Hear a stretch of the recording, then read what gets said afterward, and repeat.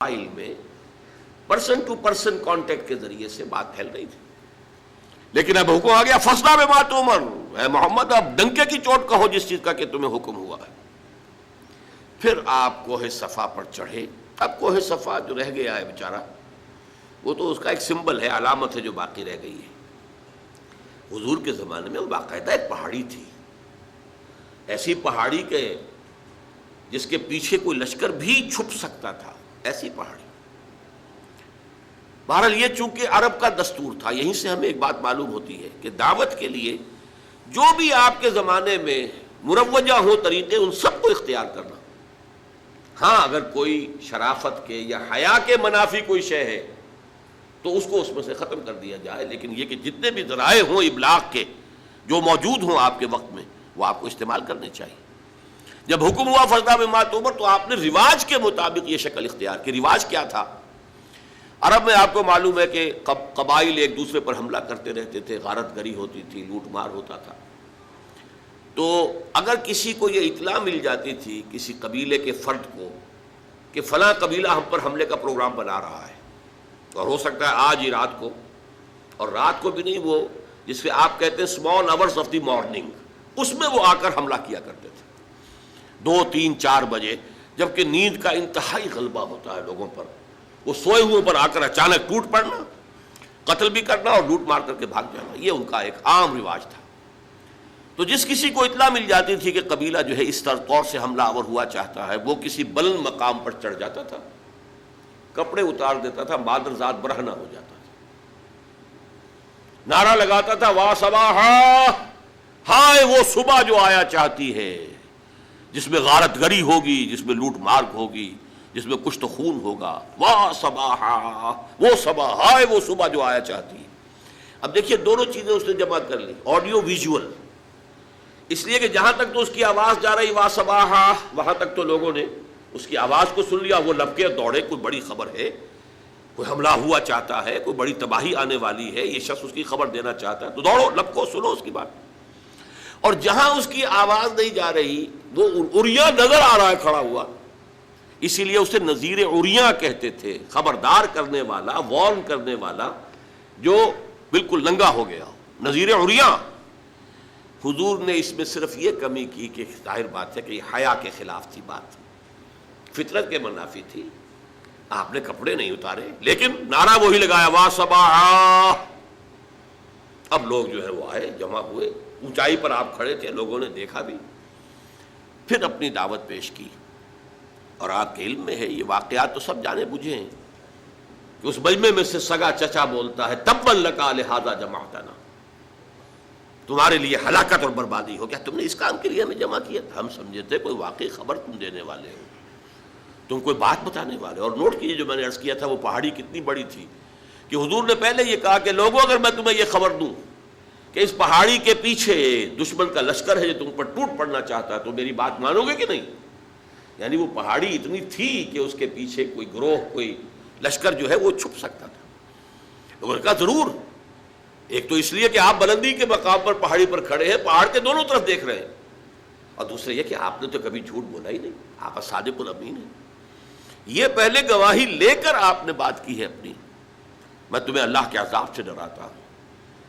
آخرت کے محاسبے سے ڈراتا ہوں، جس پر اس نے کہا تبا لک لہذا جمعتنا، جس پر یہ صورت نازل ہوئی ہے تبت یدا ابی لہب وتب ما اغنی عنہ مالہ وما کسب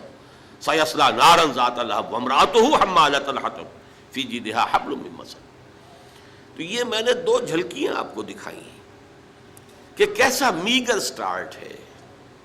کتنا دل کو توڑ دینے والا،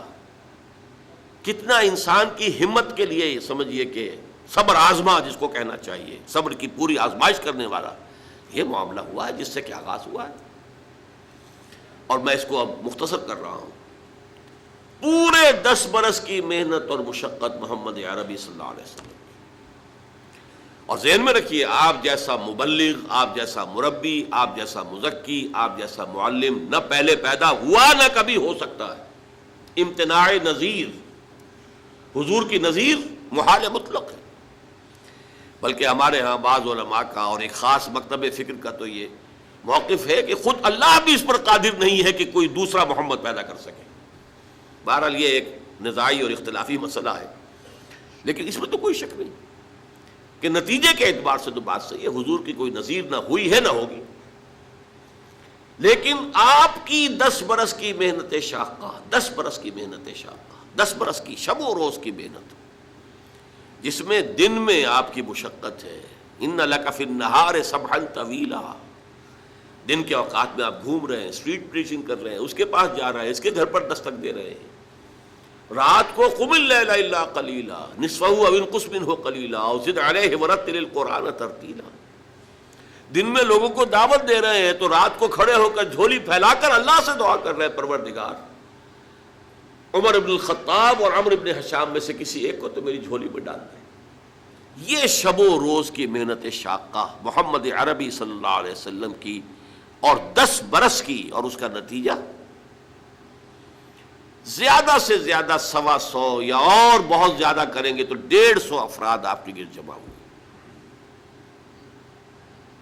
چنانچہ 10ویں سال کو آپ نے عام الحزن قرار دیا۔ یہ جو 10 سال ہو گئے آغاز وحی کے بعد، یوں سمجھیے 610 عیسوی میں وحی کا آغاز ہوا، تو لگ بھگ 620 عیسوی کو حضور نے عام الحزن، اس لیے کہ اسی سن میں حضرت خدیجہ کا انتقال ہو گیا رضی اللہ تعالی عنہ، گھر میں دل جوئی کرنے والی ایک وفادار، وفاشار، محبت کرنے والی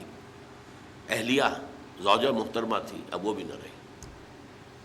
ظاہر ہے کہ باہر سے آدمی تقدر لے کر آتا ہے، کسی نے پاگل کہہ دیا ہے، کسی نے مجنون کہہ دیا ہے، کسی نے شاعر کہہ دیا ہے، کسی نے کہہ دیا ہے یہ ہم پر دھونس جماتے ہیں، انہوں نے ایک عجمی غلام کو اپنے گھر کے اندر بند کر رکھا ہے، وہ بڑا عالم و فاضل ہے، تورات اور انجیل کا جاننے والا، اور وہ اس سے ڈکٹیشن لیتے ہیں، یاد کر کے پھر ہم پر آ کر دھونس جماتے ہیں کہ یہ میرے پر وحی آئی، اور حضور یہ سنتے تھے سب کچھ۔ قرآن مجید میں نقشہ کھینچا گیا ہے، آپ کا قلب انتہائی حساس تھا، یہ باتیں سن کر آپ کو رنج اور افسوس ہوتا تھا۔ وَلَقَدْ نَعْلَمُ أَنَّكَ يَضِيقُ صَدْرُكَ بِمَا يَقُولُونَ، اے نبی ہمیں خوب معلوم ہے، اللہ تعالیٰ فرما رہے ہیں، دل جوئی کے لیے فرما رہے ہیں، ہمیں خوب معلوم ہے کہ جو کچھ یہ لوگ کہہ رہے ہیں اس سے آپ کا سینہ بھینچتا ہے، تکدر پیدا ہوتا ہے، رنج ہوتا ہے، غم ہوتا ہے، افسوس ہوتا ہے۔ یہی وہ لوگ تھے جو میری راہ میں اپنی آنکھیں بچھاتے تھے، یہی وہ لوگ ہیں جو الصادق الامین کا خطاب مجھے دیتے تھے، جو مجھ سے انتہائی محبت کرنے والے لوگ۔ آج کوئی مجنون کہہ رہا ہے، کوئی پاگل کہہ رہا ہے، کوئی شاعر کہہ رہا ہے، کوئی ساحر کہہ رہا ہے، کوئی مسحور کہہ رہا ہے، کوئی کذاب کہہ رہا ہے، نقل کفر کفر نہ باش، ساحر کذاب الفاظ قرآن مجید میں آئے۔ یہ سب کچھ آپ سن کر گھر پر آتے تھے تو گھر پہ کوئی تسلی دینے والی تھی نہ ایک، لیکن اب وہ بھی نہ رہی۔ آپ کو معلوم ہے یہ واقعات بڑے اہم ہیں سیرت النبی کے۔ جب پہلی وحی آئی ہے اور حضور کے اوپر ایک دہشت کی کیفیت طاری تھی، عالم بشریت کا پہلا ہوا تھا معاملہ عالم ملکیت کے ساتھ، جبرائیل سے پہلی ملاقات غار حرا میں، اس کی طبیعت کے اوپر طبعاً جو ہے ایک دہشت تھی، آئے ہیں تو کانپ رہے تھے، پھر بخار چڑھ گیا ہے، اس میں کہا ہے آپ نے خشیت علی نفسی، خشیت علی نفسی، خشیت علی نفسی، مجھے اپنی جان کا اندیشہ ہے۔ یہ کیا صورتحال ہے، یہ کیا ذمہ داری ہے جو مجھ پر آ گئی ہے؟ تو وہی تھی، وہی غمخوار بھی تھی، وہی ہمت بندھانے والی بھی تھی، وہی ہے جس نے پہلے تو یہ کہا اللہ آپ کو ضائع نہیں کرے گا، آپ فکر نہ کریں، آپ تو یتیموں کی سرپرستی کرتے ہیں، بیواؤں کی خبرگیری کرتے ہیں، آپ بھوکوں کو کھانا کھلاتے ہیں، غریبوں کی جو ہے خدمت کرتے ہیں، اللہ آپ کو ضائع نہیں کرے گا۔ اور اس ضمن میں مجھے ایک واقعہ یاد آ رہا ہے، یہ واقعہ امام راضی نے نقل کیا اپنی تفسیر کبیر میں، اور یہ ہے آغاز وحی سے قبل کا واقعہ، کیونکہ حضور کی زندگی میں یہ جو دن آئے تھے 25 برس کی عمر سے لے کے 40 برس کی عمر تک، 25 برس کی عمر تک کی آپ کی زندگی بڑی مشقت کی زندگی رہی، بڑی محنت کی زندگی رہی، افلاس کی زندگی رہی، تنگ دستی کی زندگی رہی۔ عین بچپن میں آپ بھیڑیں بکریاں چراتے رہے، علی قراغیط، چند ٹکوں کے عوض، یہ حضور کے اپنے الفاظ ہیں، میں چند